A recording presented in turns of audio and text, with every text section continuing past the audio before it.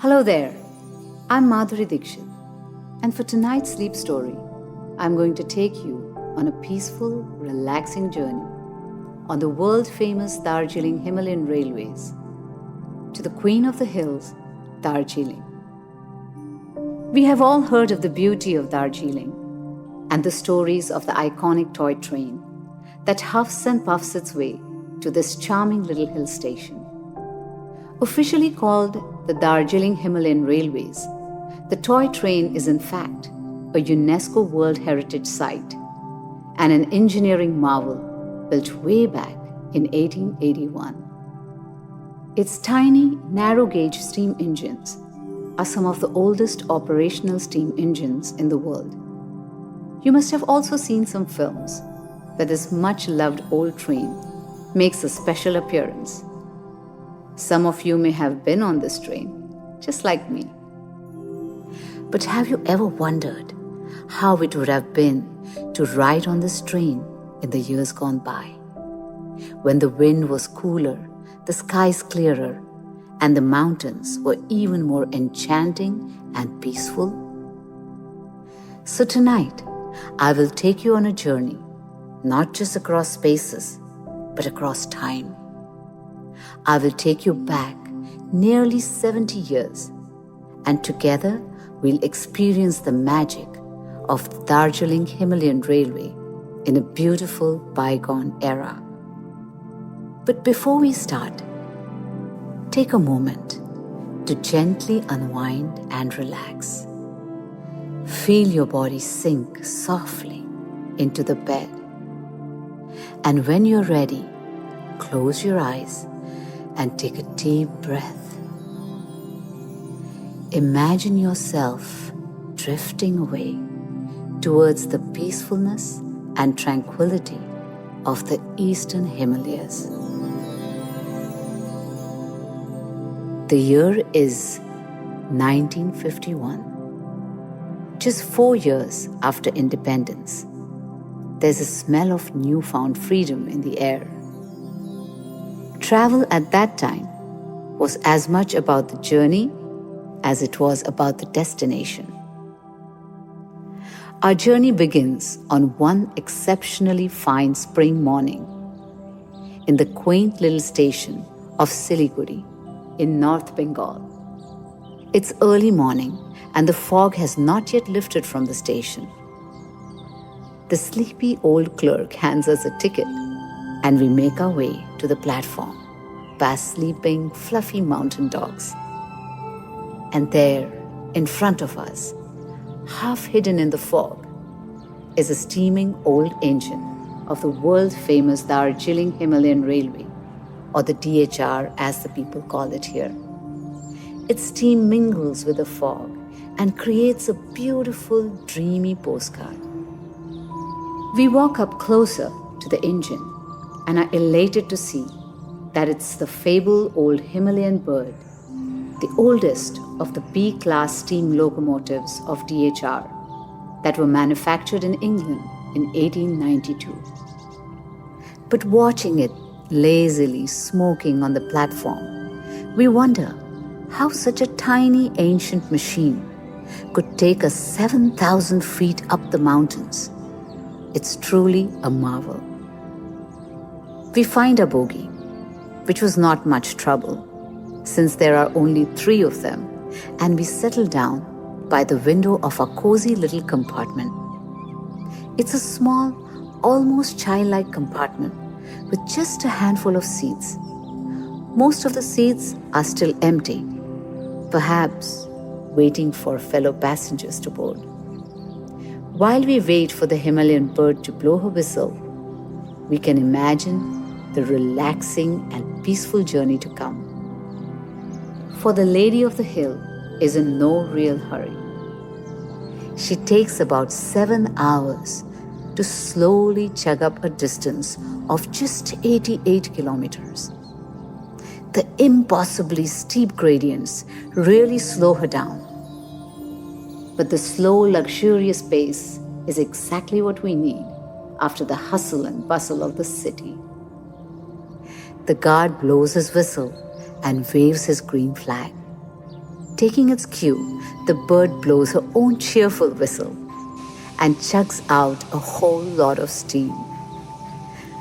A minute later, with an ever so slight jerk, we are off on our charming journey to a paradise that we had only heard about.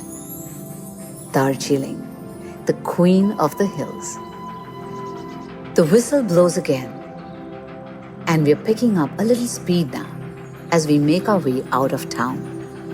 We cross the massive Mahananda River, and soon we are among open fields and tea gardens. The fog is lifting a little, making its way for a bright morning sun, and the tea leaves appear almost fluorescent green. The overnight dew makes everything look fresh and tender. You poke your head out of the window to feel the breeze in your hair.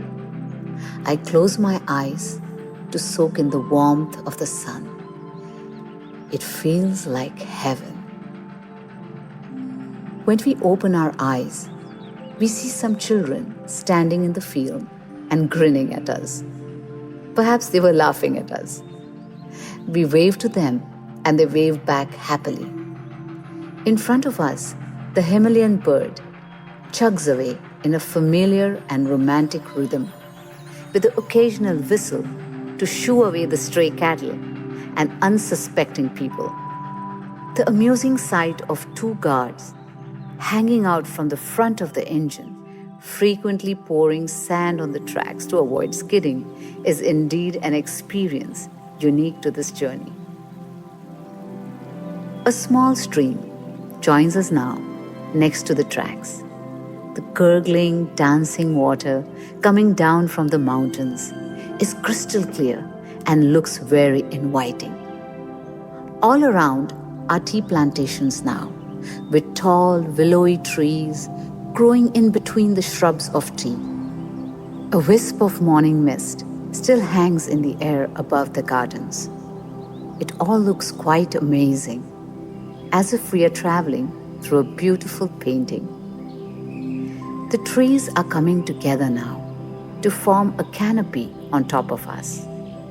We seem to be entering a forested area. The train stops briefly at the beautiful hamlet of Sukna, just outside the forests.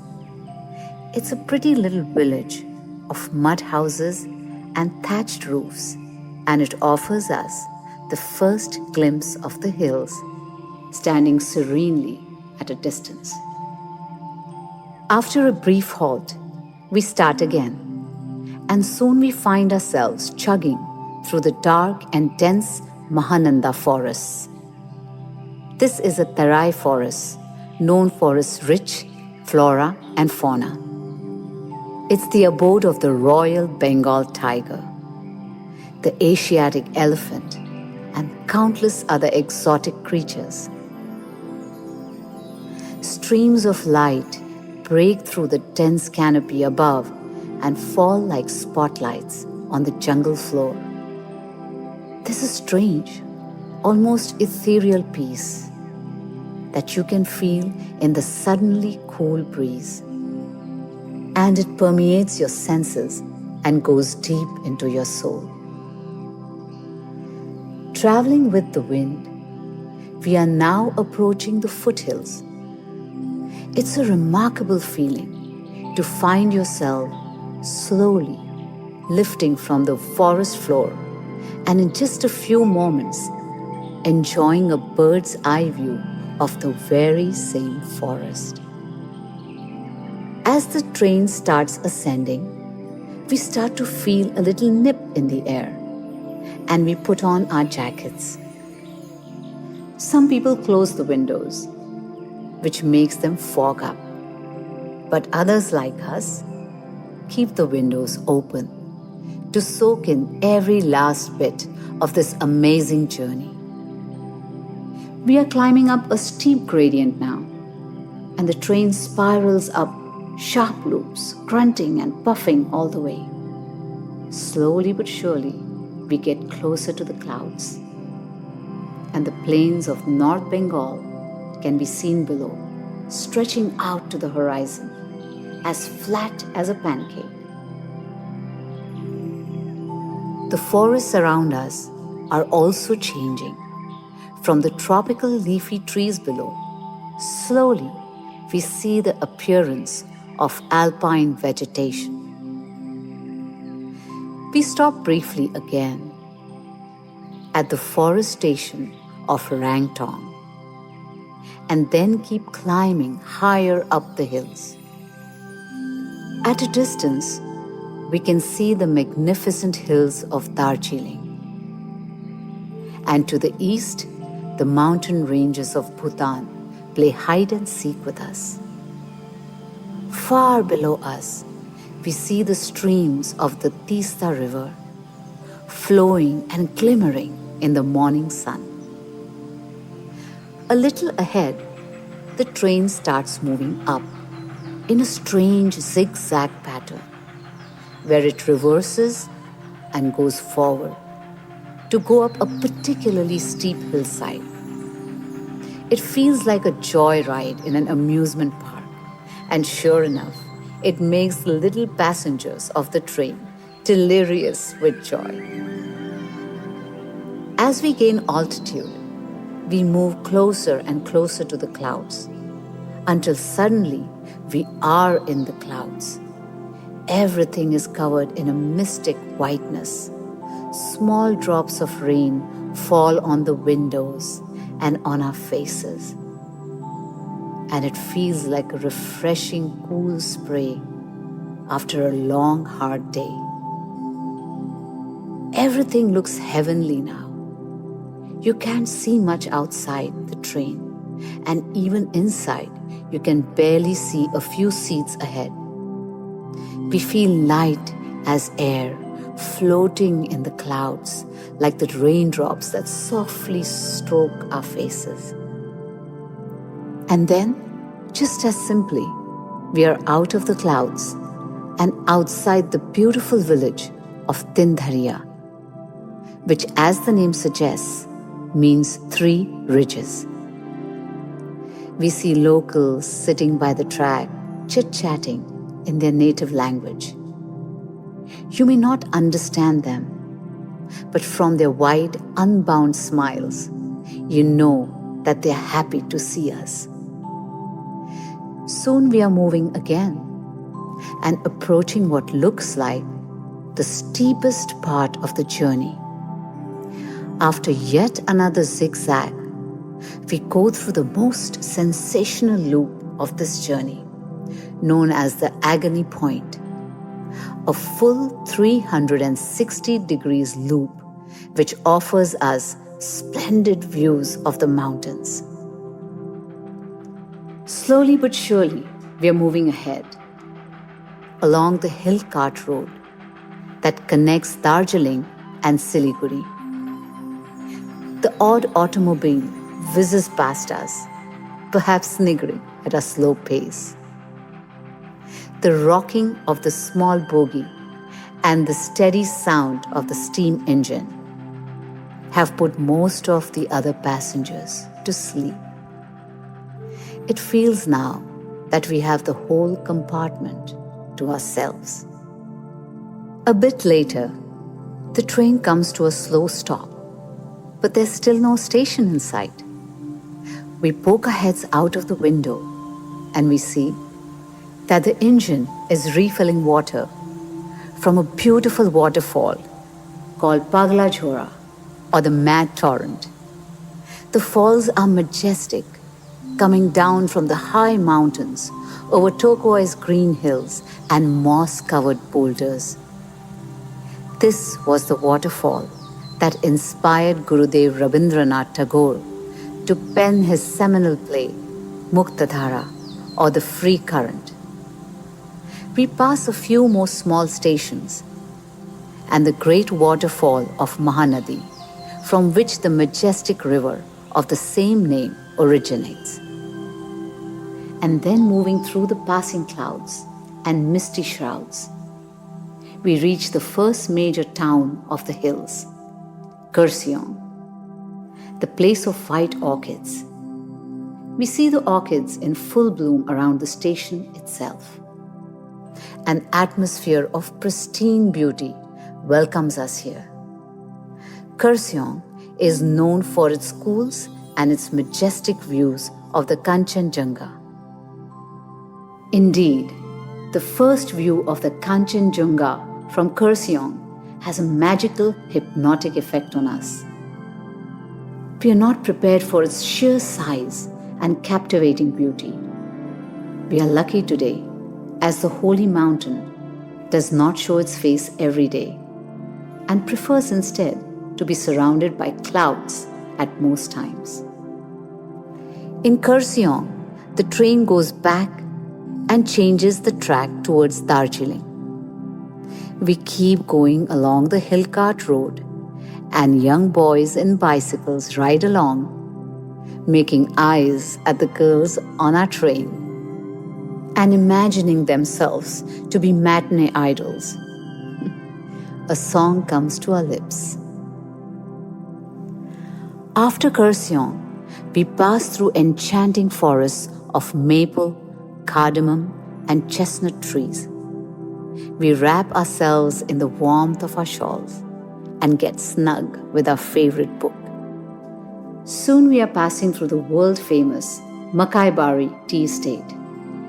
Tea pickers are bent among the bushes, with only their telltale baskets visible to us. The recent rain has left the leaves dripping wet, and the sunlight glancing off them makes them shimmer like precious jewels. After the small station of Tun, the gradient of the track increases, and we get to see a wonderful view of Kurseong from above. Afternoon tea is served by a smiling steward on board as we go past the historic Margaret Hope Tea Gardens of Goodricke. As the train ascends slowly, it reaches so high that you can hardly see anything below anymore. We seem to be riding above the clouds. But every once in a while, we spot a snow-clad peak revealing itself like a god from between the clouds. It's a mesmerizing view, and we ride along for a long time, just lazily enjoying the spectacular show. And we don't know when we fall asleep into a deep slumber. When we open our eyes sleepily, it feels like we are still in a dream, for we are passing through a forest full of rhododendrons, chestnuts, oaks, magnolias, and many other kind of trees. This is the Senchal forest, and as it's springtime, the rhododendron flowers are in full blossom. We close our eyes again to commit this sight to our soul. Like this, we periodically doze and awaken on our way to the highest point of the Darjeeling Himalayan Railway and the highest railway station in Asia, ironically called Ghum, the Bengali word for sleep. From Ghum, the train takes a spiral down to negotiate a steep descent at the Batasia Loop. From the cozy confines of the train, traversing between dreams and reality, we see the snow-covered peaks of the Himalayas, with the majestic view of Kanchenjunga on one side and lush green tea estates on the other. It's evening now, and we're finally on the last stretch towards Darjeeling station on a gentle downward slope. We struggle to stay awake, and the light outside fades softly into an ethereal blue. The fog is now covering the landscape like a mother putting a blanket on a sleeping child. The mountains too are retiring for the day, with the clouds slowly making them invisible to our eyes. We make our way slowly and steadily towards our destination, attuned now to the rhythmic chugging of the Himalayan bird. And when we close our eyes, we see flashes of the incredible beauty that we have seen today. And we are content in the knowledge that we have witnessed God's work at perhaps its finest. Content, happy, and a little tired, we long for a comfortable bed now, where we can stretch out and sleep a peaceful sleep. We daydream of the adventures to come next day. And then, just like that, with a long mournful whistle, we arrive at our destination, Darjeeling, the queen of the hills.